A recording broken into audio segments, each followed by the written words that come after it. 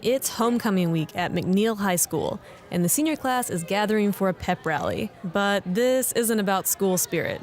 It's about civic spirit. You excited about voting? Now, come on. This is a voter pep rally. McNeil, are you excited about voting? There we go. All right, so if you... Today we were doing some of our first ever voter pep rallies, and we're just trying to get the kids excited and educated about voting. Brought the legal women voters to do voter registration, talked to them about what they're gonna see on the ballot, had a sample voting machine. So it's a really great opportunity for these kids to engage. We want you to register, man. Most of the kids, they care about their communities, and they just need to know that their voices matter and that they need to participate. We need them to participate. Austin City Councilman Jimmy Flanagan isn't the only one ginning up interest for the midterms. There have been all sorts of events across town trying to get people engaged in the election.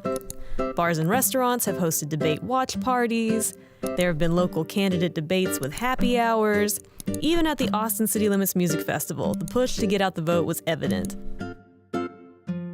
But Texas has some of the worst voter turnout in the nation. So is all of this enough to actually get Texans to go vote?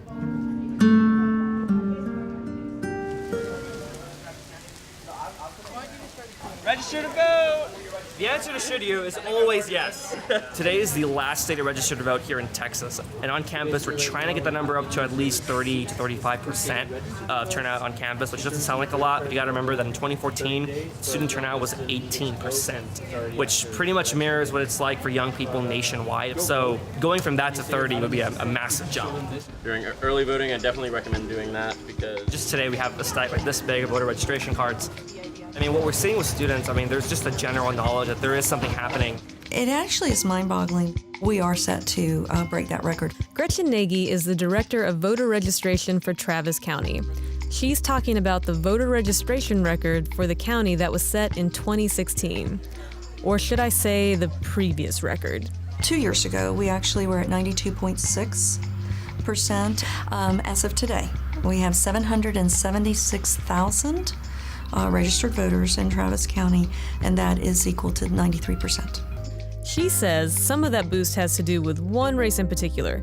You may have heard about it. Senator Cruz is not going to be honest with you. He's dishonest. That's why the president called him Lying Ted. It's clear Congressman O'Rourke's pollsters have told him to come out on the attack. So if he wants to insult me and call me a liar, that's fine. Yep, the race between Ted Cruz and Beto O'Rourke. We do not generally have a U.S. Senate race in a midterm, so there's more interest. We are phase one of this election process. Phase two is now turning out and is going to vote. The problem is turning out to vote isn't something Texans do, especially for midterms. One nationwide study ranked the state dead last in midterm participation. Generally, we're near the bottom. People argue about what the explanation for that is. Part of it is we're a very young state. Part of it is that we have a state with a significant Latino population. Latinos as a group have lower turnout rates.